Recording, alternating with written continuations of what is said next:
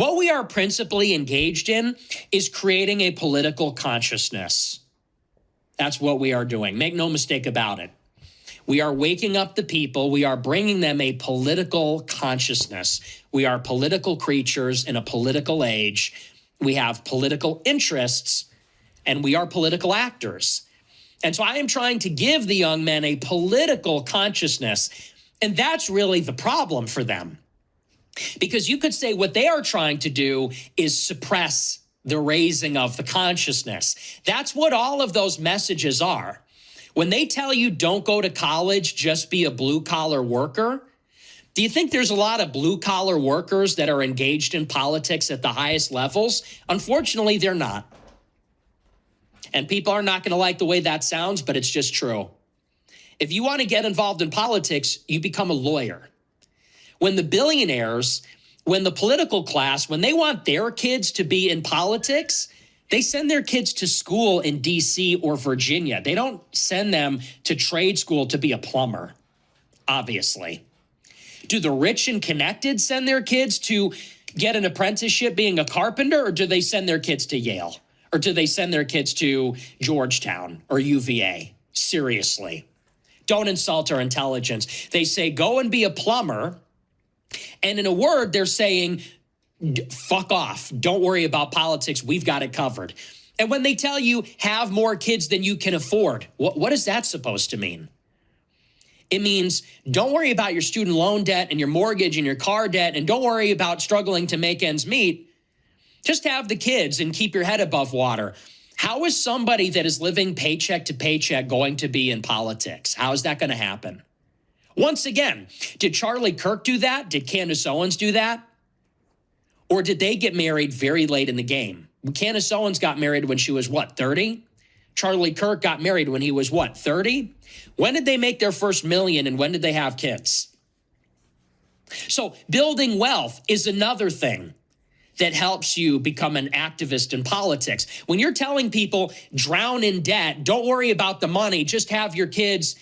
And then they say other things. I've seen Oron McIntyre and others, they say, I saw Jay Dyer say this.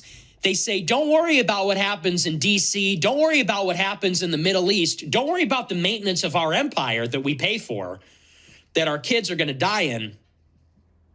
They say, worry about your school board.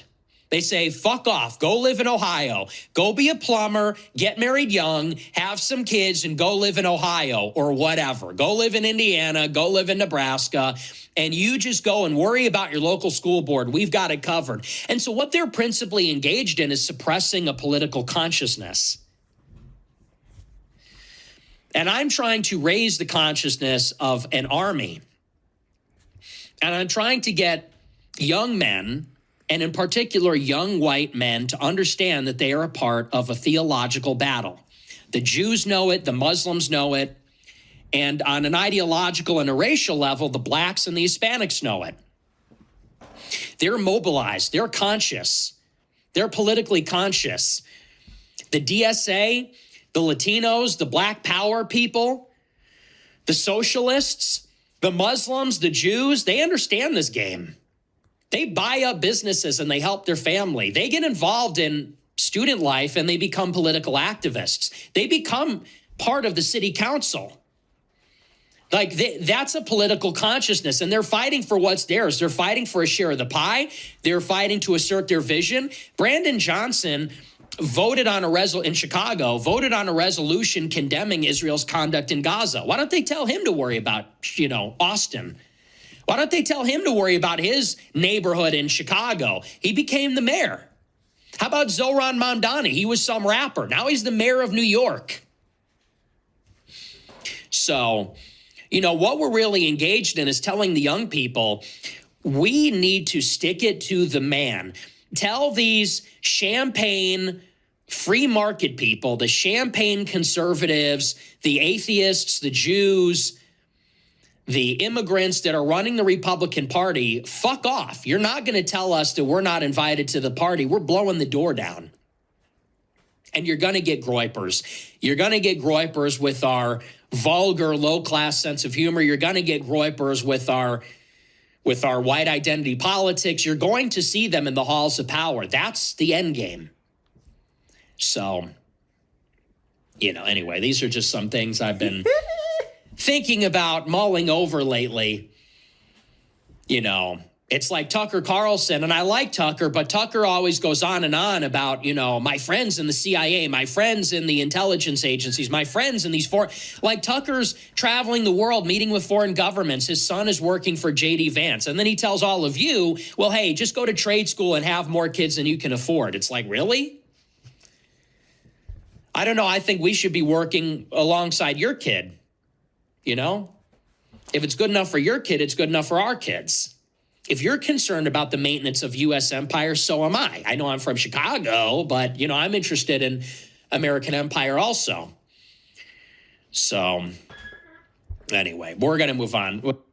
I mean, 2 for 2. For the most part, I agree with Nick again. So, I like the new Nick. I don't like the old Nick. I like the new Nick. So, first he starts talking about, he's saying that the people who are doing stuff in government, it's kind of 2 layers to it. He's saying the people that are doing stuff in government, the people in the higher power positions, they're improving their education. So I went to college. I haven't gone to law school, but I probably should consider it. But he's saying that people who are getting more advanced degrees, people are using their cognitive function a little higher, a little more. They're the ones with power. So he's saying they're telling everybody else, just get a trade job, don't pay attention to politics. They're basically saying that so you don't know what they're doing and to kind of keep the status quo so that they can continue living the lives that they're living. So he's saying that he wants people to be more engaged, which I want, but he also is saying that if you improve your education, you will know more and you may be able to be in some of these positions so that you can help not specifically yourself, but people like you. So I agree with all of that, people being more engaged, but definitely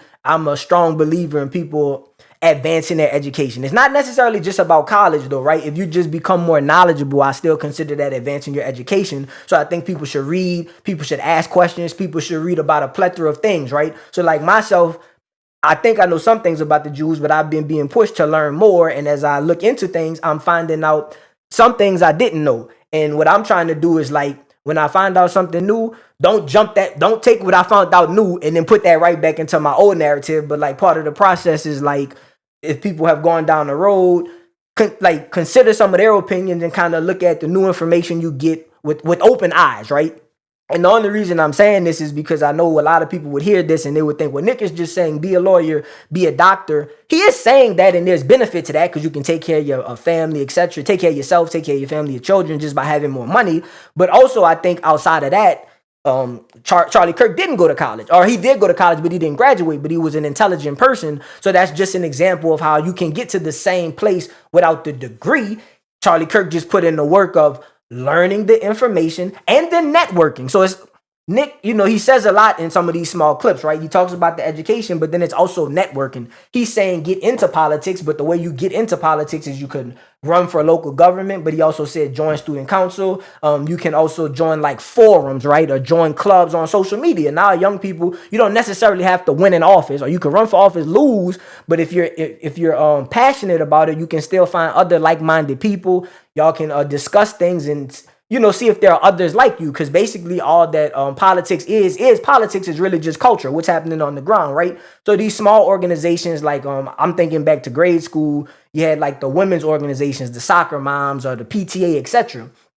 These are just really regular, normal people getting together, discussing what's happening on the local scene, and then they end up taking their voice and bringing those issues to the politicians. And how it always works is the politicians are in charge, but we pay them and we keep them in office. So if on the local level, the churches are stronger, if on the local level, the mosques are stronger, if on the local level, the various, like what Hindu, whatever whatever, not just religion, but whatever you believe in, if you're doing something positive in your community, if you make your voice and your people strong, if they're helping people in need, if they don't have money, or they for schools, like some people may need books, or some students may need after school programs, sports, but also read places to read, Wi-Fi, etc. If as a local community, we make sure that we have those, not just programs, but those facilities and people taking time with the children. It starts at home. Obviously, I'm always going to say the parents are the most important. But outside of that, parents like to bring their kids to dance or bring their kids to different clubs. If just on a local level we're stronger as Americans, I think that will fix a lot of the national problems. Let's start local, let's start small, let's build, and then bring, like Nick, basically to tie this into what Nick's saying, he's saying populist, right? What he's saying is Bernie Sanders and Donald Trump were kind of both populists from two different sides. That's where the energy was. That's where the energy still is. These groups got to come together because the only way to defeat the elites, whoever y'all want to call the elites, some people are going to say Zionists, some people are going to say wealthy white men, some people will say the Democrats, Republicans, whatever they want to name this group. The population has to come against the people who making the rules and who have all the money. So we got to come together and be strong, make America strong again. So I don't know if Nick's going to continue this train of thought. I like the compromise. I like him being open to the different groups. Oh, and the last thing I'll touch on was like the immigration. I have said that really for years now. We have a diverse America, so it's not a situation where America needs to be more diverse, right? We have various groups already here. So I think the makeup of America is fine. I think the one place me and Nick might disagree is the current demographics is fine, but I'm not a person who cares about like black culture per se or Arab culture per se or white culture per se. Like I would be okay if like the culture was more like I'll say like Latin America, right? You have a mix of people, and I would be fine with that because we already have that mix. But I do understand that, you know, some people identify as white, some identify as black, some identify as East Asian, right? So I'm cool both ways is what I'm telling people. I'm not one of those people, I'll close on this. I'm not one of those people who tells the East Asian, if you like East Asians, your mother's East Asian or your father's East Asian, that's your preference. Or be with an East Asian, right? Like there's nothing wrong with East Asians continuing their lineage. There's nothing wrong with white people continuing their lineage, right? I don't go around telling white people, like I said, your mother white, your father's white, and you like a white girl, and now you're making white babies. That's great for the white people. Like white people have brought a lot. It's gonna be weird to say this because I mean it makes sense and it doesn't. I want more white babies, more black babies, more East Asian babies, and more mixed babies, right? I just want healthier, stronger people in the society to grow. So maybe at a later time we'll have to discuss how this can make sense because guys, I get math.